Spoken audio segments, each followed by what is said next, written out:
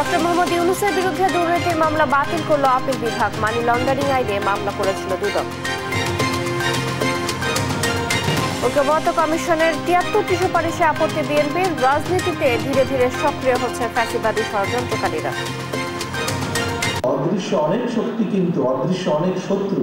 আমরা যদি আমাদেরকে ঐক্যবদ্ধ না করি, আমাদের ভিতরে কেউ যদি কিছু কিছু কাজ করে থাকে যেগুলো জনসমর্থনযোগ্য নয়, তাহলে তাদের বিরুদ্ধে ব্যবস্থা নিতে হবে।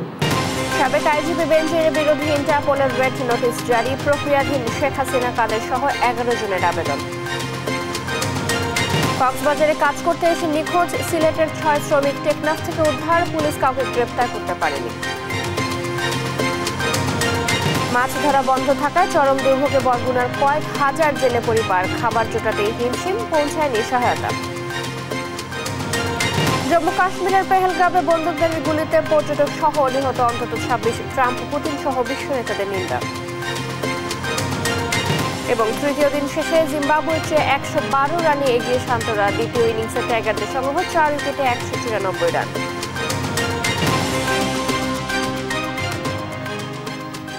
দেখছিলেন সংবাদ শিরোনাম, এবারে বিস্তারিত সংবাদ। সকালে আপনাদের সাথে আছি চৈতি সরওয়ার।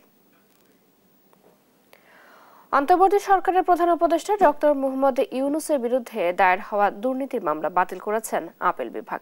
বুধবার প্রধান বিচারপতি ডক্টর সৈয়দ রেফাত আহমেদের নেতৃত্বাধীন আপিল বিভাগ এই রায় দেন। হাইকোর্টের রায়ের বিরুদ্ধে ডক্টর ইউনূসের আপিল মঞ্জুর করে সর্বোচ্চ আদালত এই রায় ঘোষণা করেন।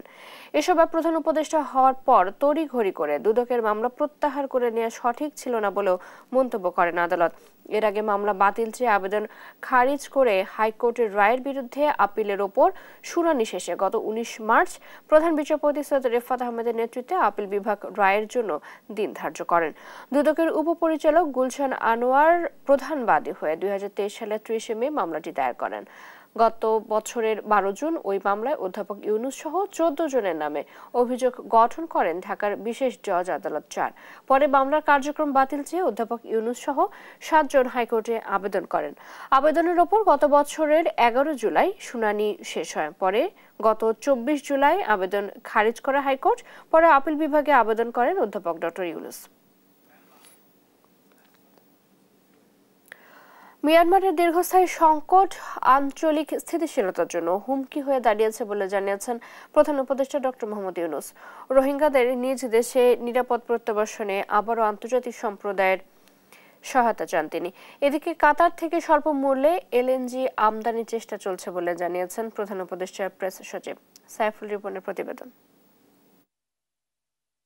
কাতারের দোহায় অনুষ্ঠিত আর্থনা সামিট 2025-এ বক্তব্য রাখেন প্রধান উপদেষ্টা ডক্টর মোহাম্মদ ইউনূস। বলেন, ভবিষ্যৎ সমাজ গড়তে সারা পৃথিবী জুড়ে তরুণ প্রজন্ম অসমতার বিরুদ্ধে প্রতিবাদ করছে, দাবি তুলছে ন্যায্য হিস্যা বন্টনের। বাংলাদেশেও ইতিবাচক পরিবর্তনে সবাইকে অন্তর্ভুক্ত করতে তরুণ প্রজন্ম চালকের ভূমিকা নিয়েছে। ব্যক্তি স্বার্থকেন্দ্রিক অর্থনৈতিক পরিকল্পনা বিশ্বকে ধ্বংসের দ্বার প্রান্তে নিয়ে গেছে দাবি করে প্রধান উপদেষ্টা বলেন, আমাদের সামাজিক ব্যবসায় গুরুত্ব দিতে হবে। শূন্য দারিদ্রতা, শূন্য বেকারত্ব ও শূন্য কার্বন নিঃসরণ কল্পনার বিষয় নয় দাবি করে প্রধান উপদেষ্টা বলেন, সম্মিলিত প্রচেষ্টায় তা অর্জন সম্ভব। বর্তমান বিশ্বে যুদ্ধ সংঘাত মানবাধিকার খর্ব করছে, অর্থনীতিতেও ব্যাঘাত ঘটাচ্ছে বলে মন্তব্য করেন প্রধান উপদেষ্টা। টেকসই ও সমতার ভবিষ্যতের জন্য সম্মিলিত প্রচেষ্টার আহ্বান জানান তিনি। বলেন, ভবিষ্যৎ আমাদের উত্তরাধিকার সূত্রে পাওয়া বিষয় নয়, বরং এটি এমন বিষয় যা আমরা তৈরি করি। প্রধান উপদেষ্টার কাতার সফর নিয়ে প্রেস সচিব জানান, সামিটে অংশ নেয়া ছাড়াও সাইডলাইনে কাতার রাজপরিবারের সদস্যদের সাথে গুরুত্বপূর্ণ বৈঠক করেছেন ডক্টর ইউনূস। পাশাপাশি দেশের বিনিয়োগ পরিবেশ নিশ্চিত করতে স্বল্প মূল্যে এলএনজি আমদানির চেষ্টা চলছে বলেও জানান তিনি। আমরা চাচ্ছি যে কাতারের সাথে আমাদের সম্পর্কটা আরও সুদৃঢ় হলে আমরা যদি এলএনজি আরও বেটার প্রাইসে পাই, হোয়াই নট। আমরা এই বিষয়ে কাতারের সাথে আমাদের খুব ভালো হবে। কাতারের কাছে আপনি জানেন পতিত স্বৈরাচার প্রচুর টাকা রেখে গেছিলেন, কয়েকশো মিলিয়ন ডলার কাতারের দেনা তারা দেননি। এবং এতে যেটা হচ্ছে যে কাতারের সাথে এক ধরনের দূরত্ব তৈরি হওয়ার সম্ভাবনা দেখা গিয়েছিল। আমাদের গভর্নমেন্ট এসে পুরো টাকাটা দেওয়ার আমরা মুভ নিয়েছি। এখন বোধহয় $37 মিলিয়ন আছে। কালকে বা এই সপ্তাহের মধ্যে পুরো টাকাটা পে অফ করা হবে। সাইফুল রিপন, দেশ টিভি, ঢাকা। জাতীয় ঐকমত্য কমিশনের 5 সংস্কার কমিশনের 691টি প্রস্তাবের মধ্যে 73টি বিষয়ে আপত্তি বিএনপির। বাকি 5 শতাধিক বিষয়ে একমত হয়েছে দলটি। এছাড়া জ্যেষ্ঠতার ভিত্তিতে নয় 3 সদস্যের প্যানেল থেকে প্রধান বিচারপতি নিয়োগের সুপারিশ করেছে বিএনপি। সে সাথে দ্বিকক্ষ বিশিষ্ট পার্লামেন্টের বিষয়ে কমিশনের সাথে ঐকমত্যে পৌঁছেছে দলটি।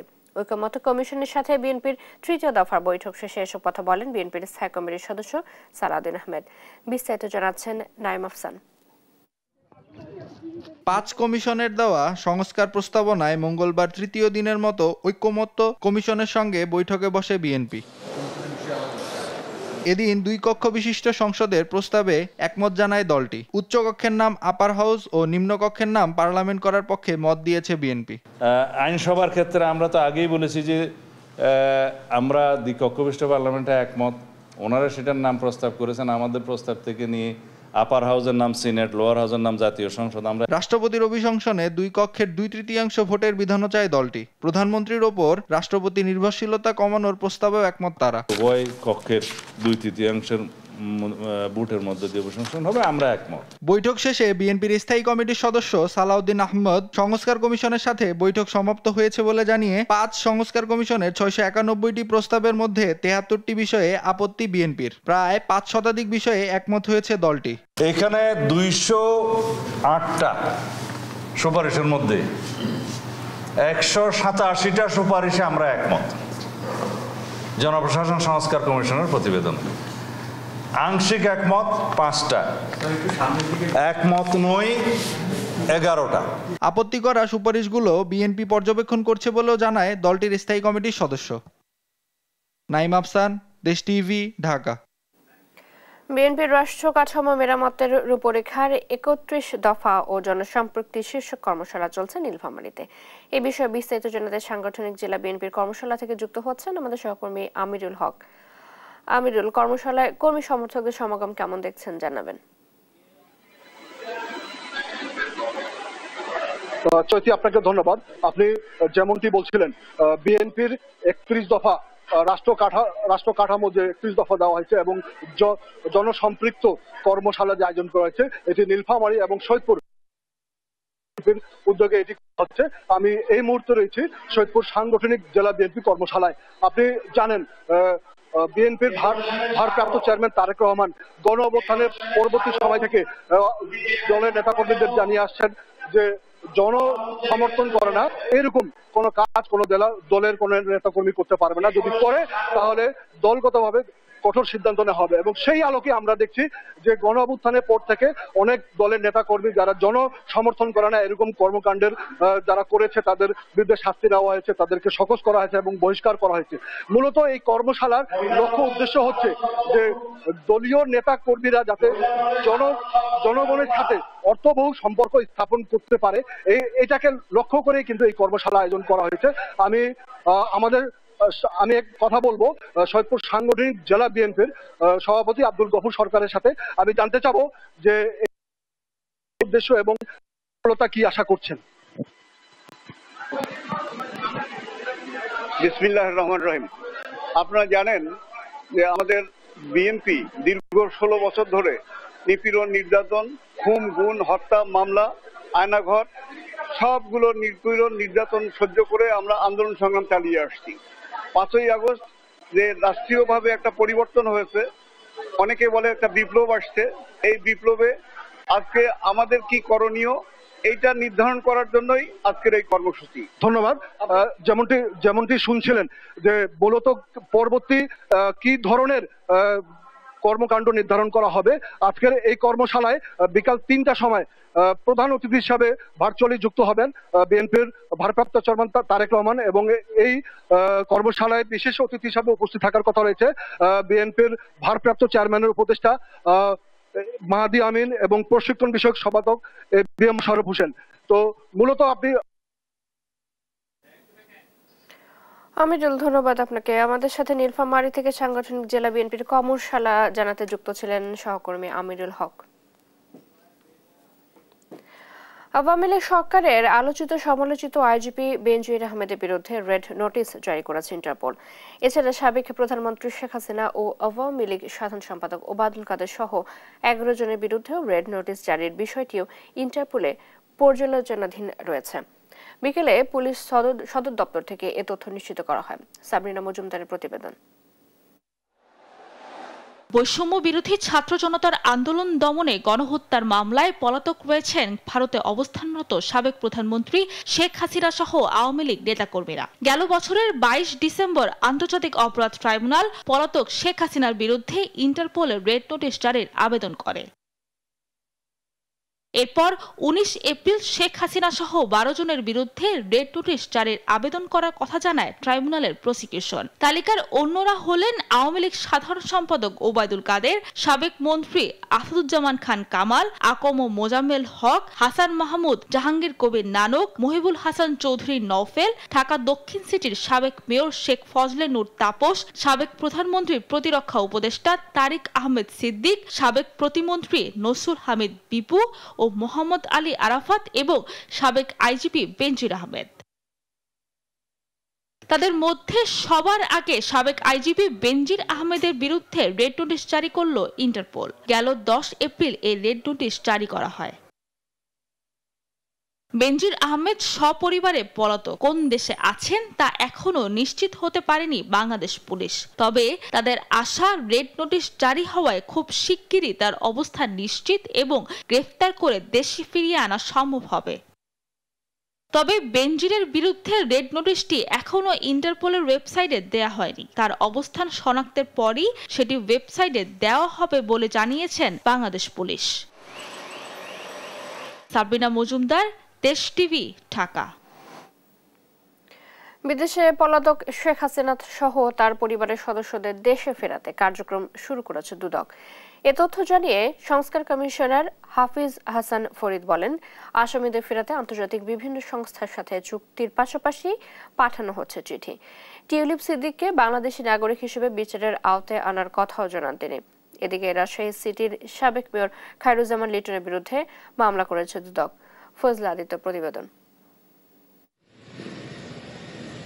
পতিত সরকারের প্রধানমন্ত্রী শেখ হাসিনা পরিবারের বিরুদ্ধে প্রতিদিনই দুর্নীতির নতুন নতুন অভিযোগ জমা হচ্ছে দুদকে। ইতোমধ্যে পূর্বাঞ্চলে প্লট জালিয়াতির 6 মামলায় চার্জশিট দাখিলের পর আদালত শেখ হাসিনা সহ তার পরিবারের সদস্য ও সংশ্লিষ্টদের বিরুদ্ধে গ্রেফতারি পরোয়ানা জারি করেছে। প্রশ্নের জবাবে দুদক কমিশনার জানান, পলাতক আসামিদের দেশে ফেরাতে বিভিন্ন দেশ ও আন্তর্জাতিক সংস্থার সাথে চুক্তিসহ নানা পদক্ষেপ নেওয়া হচ্ছে। ইন্টারপোলের সহায়তা নেয়ার বিষয়ে আগামী কমিশন সভায় সিদ্ধান্ত হতে পারে। তো ইতিমধ্যেই তো বাংলাদেশ সরকারের পক্ষ থেকে অনুরোধ জানানো হয়েছে যে অভিযুক্ত ব্যক্তিদের ফেরত পাঠানোর জন্য। এছাড়া আমাদের সাথে বিভিন্ন আন্তর্জাতিক দুর্নীতি দমন সংস্থার সাথে আমাদের চুক্তি পর্যায়ে রয়েছে। তো চুক্তি হয়ে গেলেই আমরা তাদের কাছ থেকে সাহায্য আশা করব। এদিকে দুর্নীতি মামলায় আসামি টিউলিপ সিদ্দিক নিজেকে ব্রিটেনের নাগরিক দাবি করলেও দুদক বলছে বাংলাদেশের নাগরিক হিসেবে তাকে বিচারের আওতায় আনা হচ্ছে।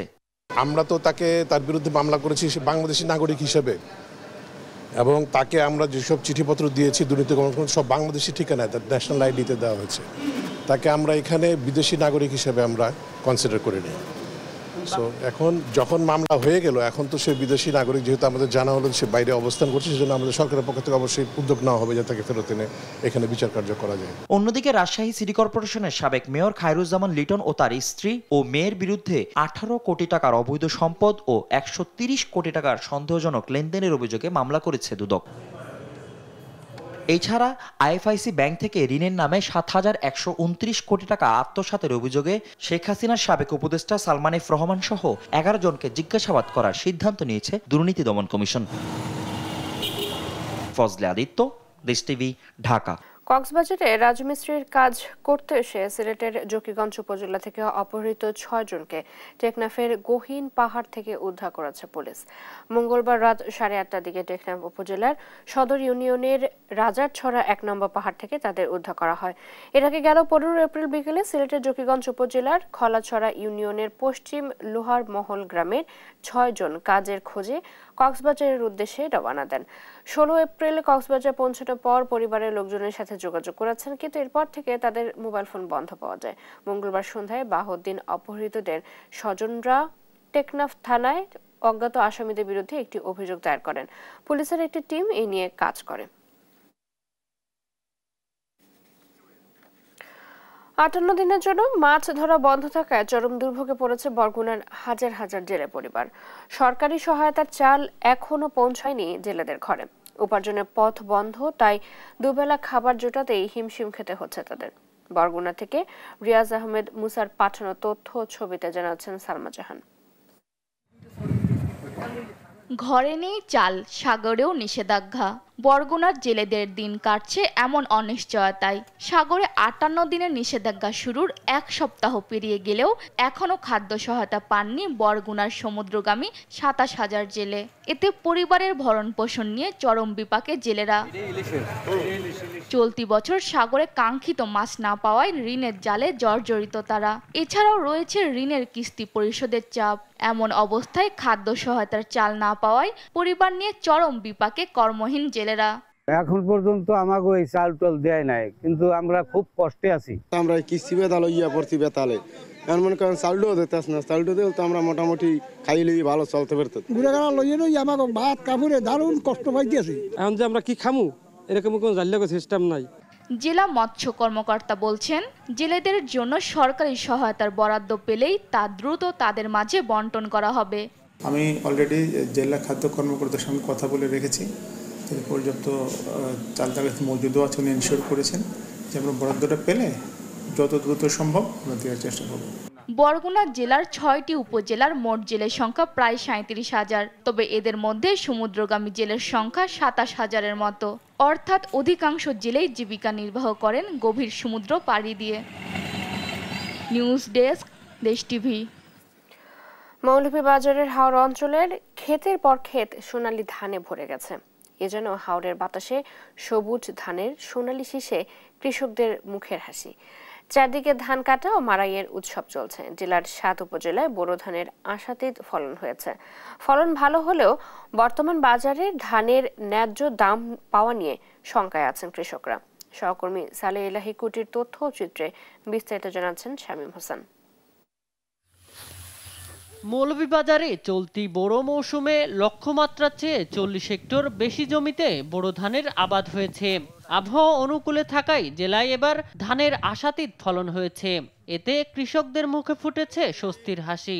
হাকালুকি, কাওয়াদিঘি, শ্রীমঙ্গলের হাইল হাওর সহ জেলার 7টি উপজেলার বিস্তীর্ণ হাওর অঞ্চলে ধান কাটা চলছে উৎসবমুখর পরিবেশে। প্রচণ্ড খরা ও গরমের মাঝেও মাঠে কিষানীদের বিশাল কর্মযজ্ঞ চোখে পড়ার মতো। ধান কাটার পাশাপাশি জমির পাশেই চলছে ধান মাড়াই ও সেদ্ধ করার কাজ। বাচ্চা কাচ্চা সব লইয়া ধান তোলা তাইছি। ফসল খুব ভালো হয়েছে, এবার বৈশাখী সুন্দর ফসল হয়েছে, কোনো ক্ষয়ক্ষতি না। আর খাওয়া দিকে হইলো যে কিছু খাল নদী নালা আছে, কুশিয়ার লগে যোগাযোগ ওই নদীগুলার কিছু খুদানির চেষ্টা করলে আর কোনো বছর ওই জলে খাইতো না। খাওয়া দিকেও সুন্দরভাবে আস্থা খাওয়া দিকে যাওয়ার।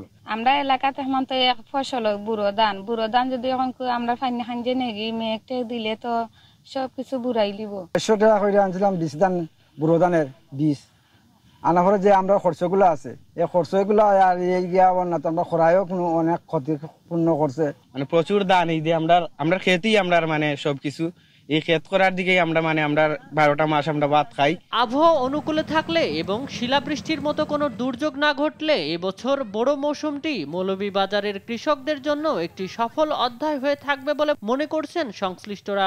আবহাওয়া এবছর খুবই অনুকূলে আছে, ফলন এবছর ভালো হয়েছে।